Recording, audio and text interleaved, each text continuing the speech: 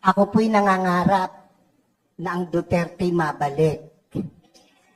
Yung mga hindi pumalakpak, bahala kayo. Naran po kayo. Pansinin nyo, noong panahon niya na nakaupo, mga politiko'y takot na gumawa ng mali. Pati pulis, pati sundalo, takot. Aba, biglang, anong nangyari? Ngayon ang mga kurakot mga nakaupo.